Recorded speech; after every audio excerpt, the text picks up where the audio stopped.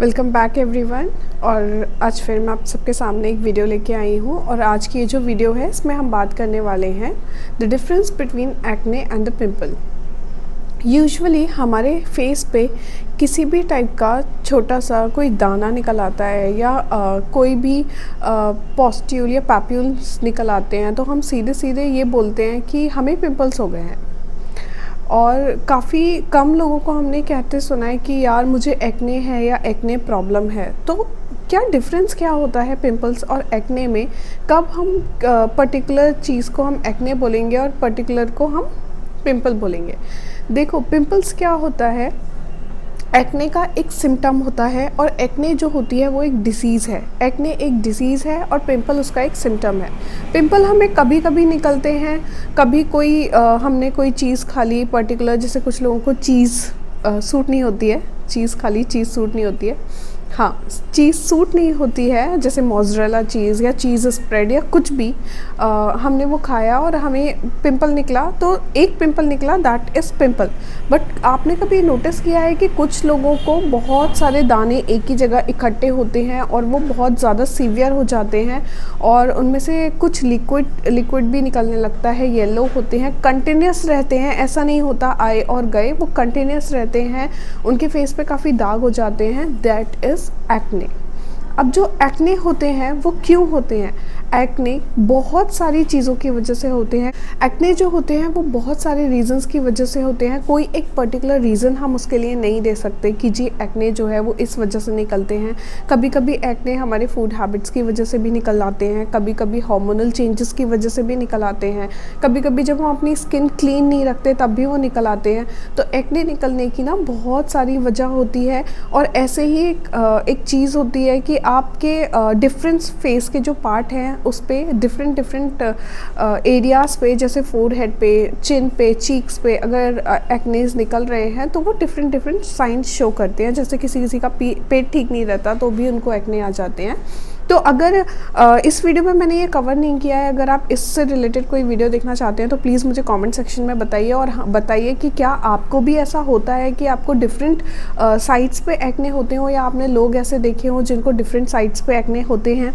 और अब हम बात करते हैं जनरलाइज्ड एक्ने की, मतलब जनरल एक्ने टॉपिक पे हम इस वीडियो में बात करने वाले हैं कि एक्ने एक्चुअली होते क्या हैं, कॉजेज़ क्या होते हैं, उनके सिम्टम्स क्या होते हैं और बेसिक उनका ट्रीटमेंट क्या हम घर पे कर सकते हैं। वीडियो में आगे बढ़ते हुए अब मैं आपको बताना चाहूँगी कि एक्ने के कॉजेज़ क्या क्या हो सकते हैं। अब होता क्या है कि एक्ने जो होते हैं वो हमारे हेयर फॉलिकल्स को और ऑयल ग्लैंड्स को ज़्यादा इफ़ेक्ट करते हैं। जब हमारे ऑयल ग्लैंड्स और हेयर फॉलिकल्स इफ़ेक्ट होते हैं हमें तभी एक्ने होते हैं। तो होता क्या है कि हेयर फॉलिकल्स में अगर सीबम एक सब्सटेंस होता है जो हमारे ऑयल ग्लैंड सिक्रीट करते हैं जिनकी वजह से हमारी स्किन जो है वो मॉइस्चराइज रहती है।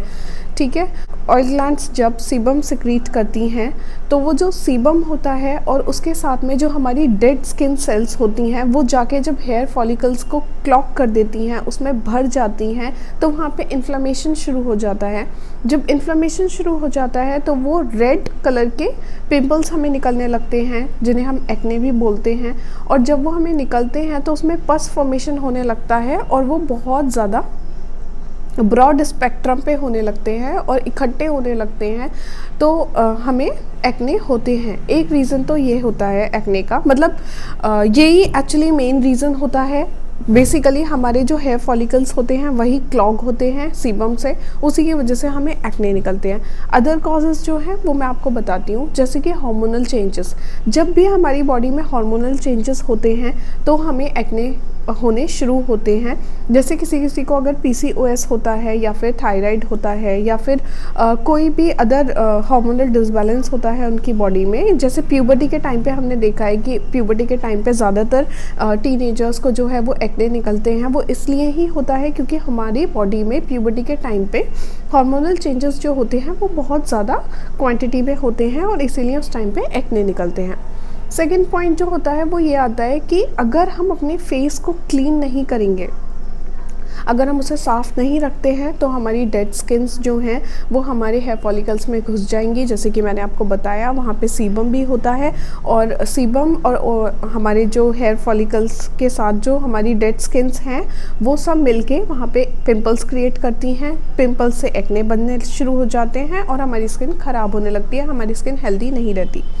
तीसरा पॉइंट ये आता है कि जब हम बहुत ज़्यादा ओवर कॉस्मेटिक्स यूज़ कर लेते हैं तो as a result of allergic reactions आप बोल सकते हो, या फिर अगर कोई पर्टिकुलर कॉस्मेटिक हमारी स्किन पे सूट नहीं करता उसकी वजह से भी हमें एक्ने होने लगते हैं। फोर्थ पॉइंट जो आता है वो ये आता है कि एक्ने जो होते हैं वो इसलिए भी निकलते हैं जब हम बहुत ज़्यादा ओवर स्क्रबिंग या बहुत ज़्यादा ओवर एक्सफोलिएटिंग कर लेते हैं अपनी स्किन को।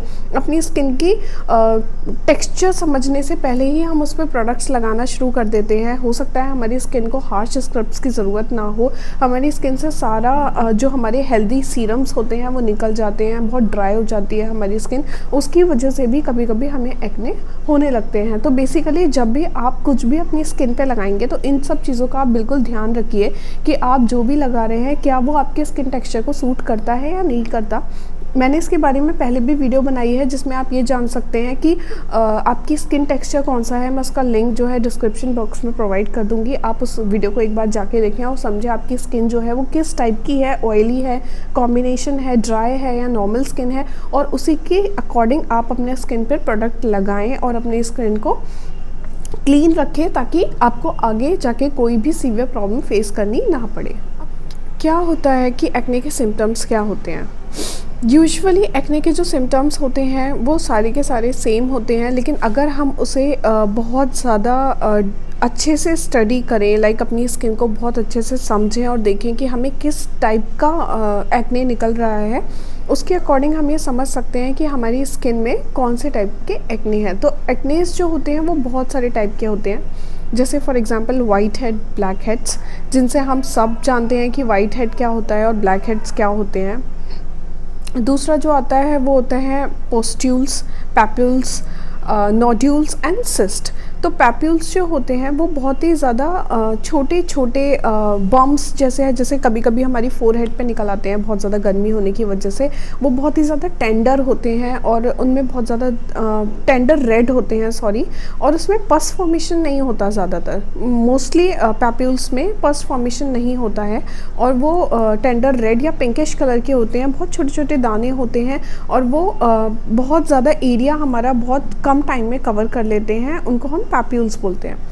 सिमिलरली पॉस्ट्यूल्स जो होते हैं वो प्रॉपर पिंपल्स होते हैं, लेकिन उसमें पस फॉर्मेशन होता है। पस फॉर्मेशन सिर्फ उनके टॉप पे होता है, अंडर द स्किन या अंडरनीथ द स्किन नहीं होता। स्किन तक वो डीप लेयर्स ऑफ स्किन में वो पस फॉर्मेशन नहीं जाता, वो सिर्फ सुपरफिशियल लेयर्स में पस फॉर्मेशन रहता है। और कभी कभी हम जब उसको दबाते हैं तो हमें थोड़ा बहुत पेन होता है and after that we are fine with it.